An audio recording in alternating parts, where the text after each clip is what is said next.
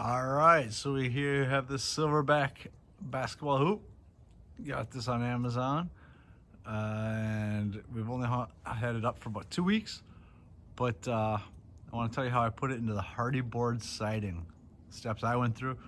Maybe it'll help you, maybe it won't. But here's how we did the Hardie Board Siding with the basketball hoop. So the very first thing we did was above the garage door from the inside, right? The very first thing we did was put up the backing boards. It's these above the coil here. It's those two boards. Got those at the local hardware store. We just cut the bottom one down a little bit to fit between those joists. And the top one rather, we didn't have to cut down at all. But the whole idea with the hoop was that the bracket that holds in everything was not going to hit a stud. And we needed a lot of weight, possibly, with that hoop being pulled. Again, the most of the weight is going to be from the top. The bottom is the support, but the top is where the weight comes from, right? So we had to have these 2x4s. We screwed them in from the inside. I'm sorry, 2x6s. We screwed them in from the inside on the 3 studs. 1, 2, 3. You can see where the mud for the drywall is. We just double check those with the stud finder and then put those boards in.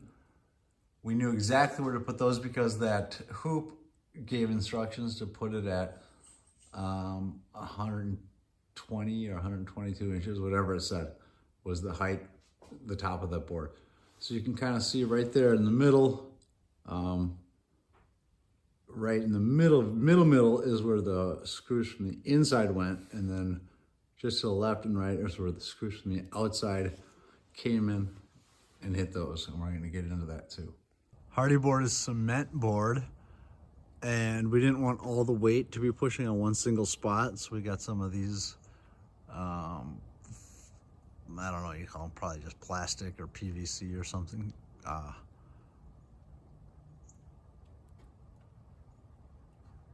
Trim, I guess you could say. Got pieces of 1x6 trim. You can kind of see how it's channeled on the inside. And we left those open on the top and the bottom so that any rain that might drip on could just drip through. But we put that backing plate right there. We measured it all out. And then we put marks in the Hardie board exactly where we wanted those to go.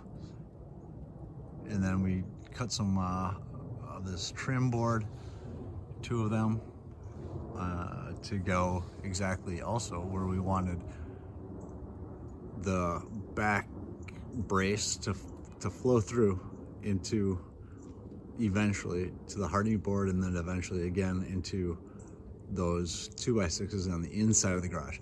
We didn't want the Hardie board itself to support any weight, right?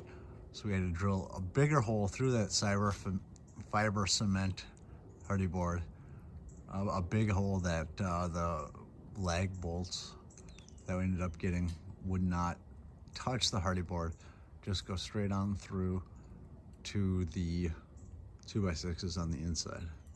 To get through that Hardie board, we used this Bosch 1/2 inch drill bit that's made specifically for masonry, concrete,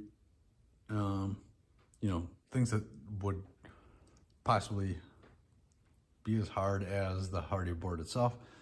The Hardie board ended up being, at some points, mostly about 1/2 inch thick.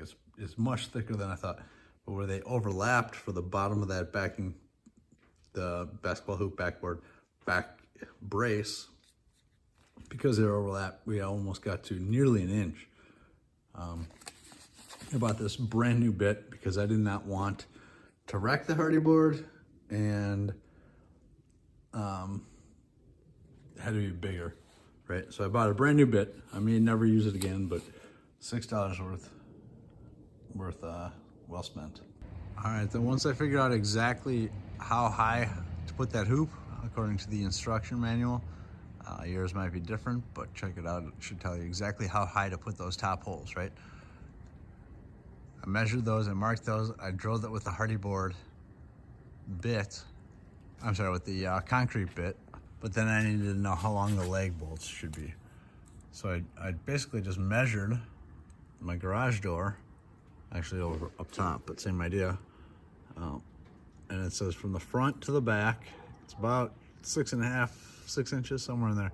So I ended up getting a 7-inch lag bolt in my local hardware store.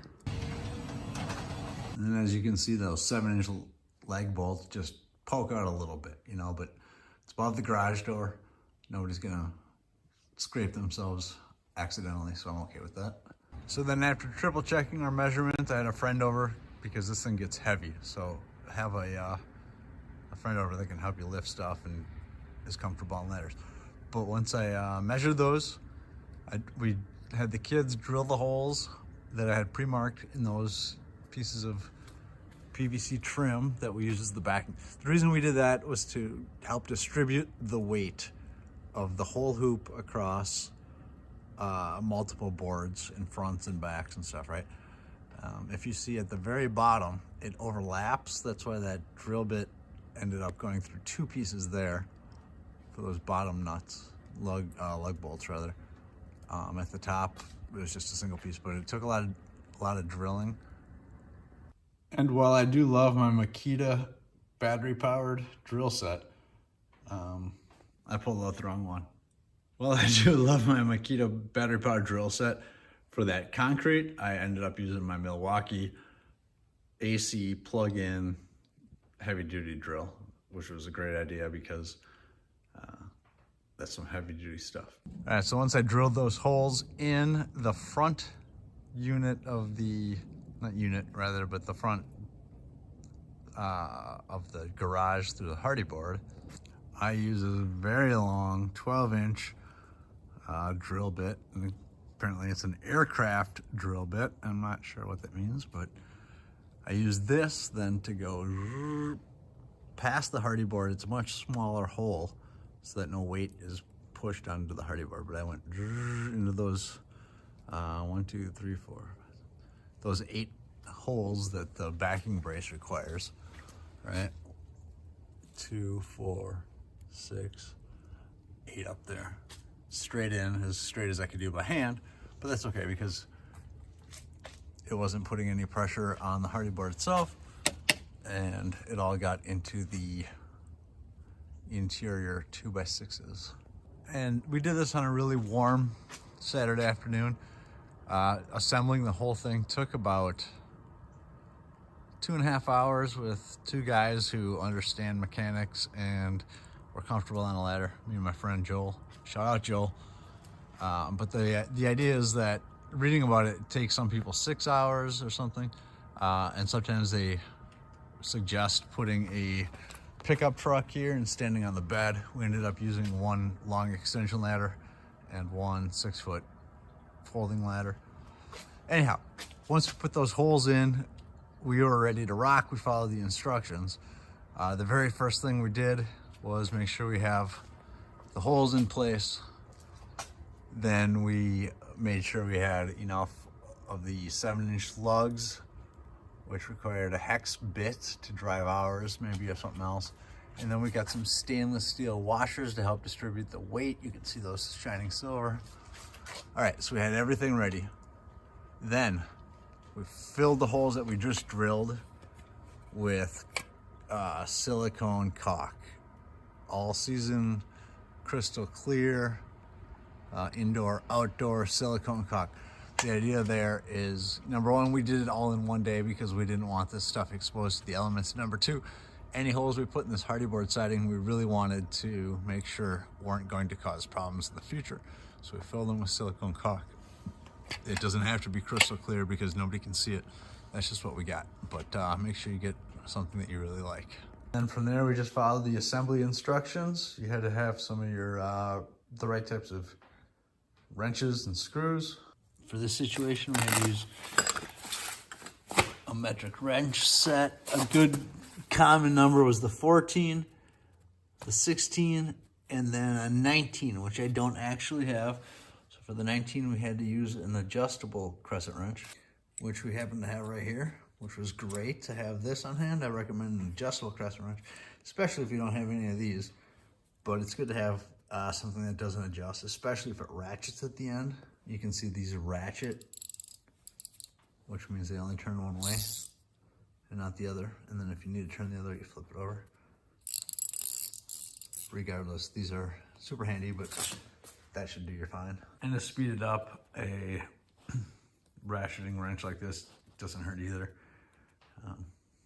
But I don't know if you need it. Although maybe for some longer extensions, looking back, if you have something like this with a bunch of different heads, not a bad idea. Final notes are that with our silverback backboard, number one, we did it all in one day so that the interior silicone wasn't disturbed after the fact. Number two, for this specific brand or backboard itself, we had to use 5/16 inch lug nuts to fit through the backing brace, which they do not supply. So we ended up getting 5/16. Number three, my pilot holes were a little bit smaller than 5/16, and the holes through the Hardie board were not quite 3 times as big, but which would have been 1 inch. I just used a 1/2 inch, but I felt like it was enough to give it some space for breathing. Number four, I used an all-weather silicone sealant to fill those holes so that moisture doesn't fit in. Number five, I used stainless steel washers because they're the most resistant to rust and corrosion.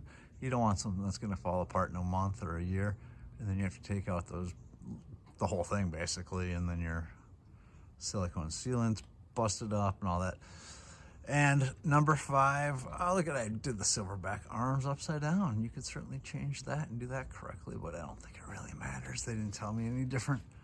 And what else? Oh, one thing I could have done different is I feel like I screwed that top backing board in right there just a little too tight, which made the whole thing perhaps just angle in a little bit. I'm not sure about that, if that's the reason, but I do feel like the hoop isn't quite level. It's a little angled up at the front, but you know what? We're gonna go with it. We really like the backboard so far, the whole hoop so far, because the up and down mechanism is sweet. You know, right now the kids they go back and forth. Part of their fun is just constantly going up and down with it. They love moving it. 10 feet, based on the measurements from the manual, is exactly its top height. I'm not sure its bottom height, probably about, well, 7 feet maybe, somewhere in there. But it's been a great hoop. We've only had it for a couple of weeks. Can't say anything else, but I really do like it. But again, make sure you get the right drill bit for your Hardie board. Make sure you weatherproof it, and make sure you got somebody who can follow instructions, because this could have been a big fight if I had the wrong help.